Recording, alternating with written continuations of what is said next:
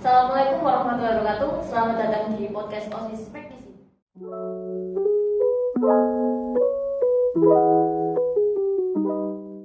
Di sini saya sebagai moderator podcast OSIS Praktisi. Sebelumnya saya ingin memperkenalkan diri saya terlebih dahulu. Nama saya Maya Pranisti. Hari ini saya ingin mewawancarai kakak ketua OSIS SMK Negeri 1 Sedayu Gresik. Sebelum itu kakak bisa memperkenalkan diri terlebih dahulu. Baik, perkenalkan nama saya Salsa Pradara. Saya biasa dipanggil Agus di sini dan jabatan saya sendiri ialah sebagai ketua umum dari organisasi siswa intrasekolah. Langsung kita menuju ke pertanyaan. Apa motivasi kakak menjadi pengurus OSIS? Sebenarnya motivasi saya sendiri itu cuma satu, yaitu melatih public speaking saya sendiri. Sebelum saya masuk OSIS ini, banyak kekurangan saya di public speaking terutama. Bahkan saya dulu juga sempat baru maju ya. Mungkin karena saya minta saya lemah ya. Jadi mungkin baru maju saja itu ditertawain anak-anak sudah nangis. Itu saya pernah. Apakah sekarang ada perkembangan? Alhamdulillah ada semenjak saya masuk OSIS ini. Jadi saya terus mengikuti program kerja yang namanya itu public speaking. Jadi alhamdulillah setiap kali ada pertemuan atau gimana saya sambutan, meskipun menurut saya sendiri saya itu masih banyak kekurangan dan mungkin perkataan saya juga masih terbata-bata. Oke, lanjut. Apakah setiap anggota OSIS harus memiliki jiwa kepemimpinan? Menurut saya itu opsional sih menurut saya. Kalau ada dua jenis menurut saya, dua jenis tipe orang di sini, yaitu sudah ada sejak lahir jiwa kepemimpinannya dan juga harus dilatih. Dan saya ini termasuk yang harus dilatih menurut saya. Karena sejak saya lahir, saya tidak pernah berinisiatif menjadi seorang ketua dan juga saya sendiri tidak pantas dalam jabatan itu. Tapi selalu ada teman-teman saya yang memberi saya dorongan bahwa ini adalah sebuah jalan hidup saya. Oke, lanjut. Apakah program kakak dalam jangka pendek ketika terpilih menjadi pengurus OSIS? Program kerja jangka pendek saya sendiri itu banyak sebenarnya.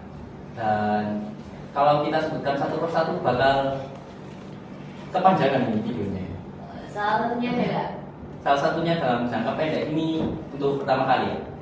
Kalau kita sendiri pas baru dilantik jadi pengurus OSIS itu kan sekitar November atau Desember.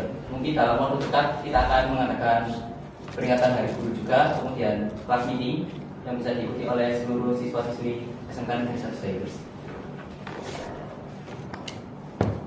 bagaimana sikap kakak jika terjadi perbedaan pendapat antara pengurus OSIS?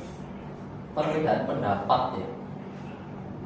Menurut saya itu bagi saya sendiri ini adalah hal baru ya. Karena perbedaan pendapat itu sudah pasti ada. Karena ideologi orang itu dilariskan dari masing-masing yang berbeda menurut saya. Karena apalagi beberapa anak juga yang bisa menyebut saya sebagai orang keras dan tidak atraktif menurut saya. Jadi dalam waktu cepat atau lambat saya sebagai pimpinannya OSIS misalkan akan menggerakkan anggota saya untuk menyelesaikan masalah tersebut. Dengan cara apa cara menyelesaikannya? Tentu saja dengan menggerakkan anak buah saya. Jikalau semisal dalam waktu dekat tidak bisa ditangani, dalam waktu panjang juga tidak bisa ditangani, terpaksa saya harus turun tangan juga untuk menyelesaikan masalah tersebut. Entah dengan pemikiran logika mungkin atau dengan perasaan, bisa saja. Jika masih tidak bisa? Kita binasakan. Oke, lanjut. Apa yang akan kakak lakukan ketika menjadi pengurus OSIS untuk mengharumkan nama sekolah? Contoh kecil itu seperti kita mengajukan sebuah proker dan itu harus dijalani. Itu sebagai contoh kecil kita mengharumkan nama sekolah ini bersama. Karena kita sendiri yang mengajukan prokernya dan kita sendiri juga yang menjalankannya. Dan dari proker itu saya kira kemajuan sekolah akan juga berkembang. Dari perlombaan dan juga dari event-event yang kita adakan.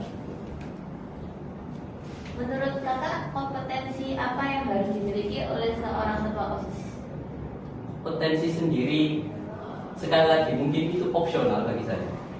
Soalnya saya sendiri tidak memiliki kompetensi dalam bidang emosional terutama. Saya hanya memiliki bidang intelektual yang menurut saya sudah cukup bagi saya. Tapi hanya dari intelektual itu saya harus bisa menggunakan spiritual saya, emosional saya sesuai dengan apa yang harus dibutuhkan oleh sekolah SMK ini. Oke, lanjut.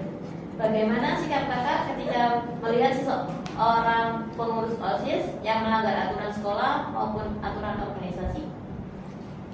Melanggar aturan sekolah.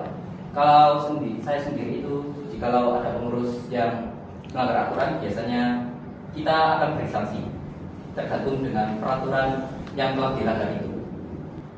Jika sudah diberi sanksi tetapi tetap melanggar, bagaimana sikap kakak? Jikalau sendiri kita sudah tidak bisa, dalam tanda kutip, kita tidak bisa memberi mereka acuan untuk menjadi seseorang yang baik, jadi kita mungkin akan mendiskusikannya dengan pembina OSIS, terutama juga wakil kesesuaian juga.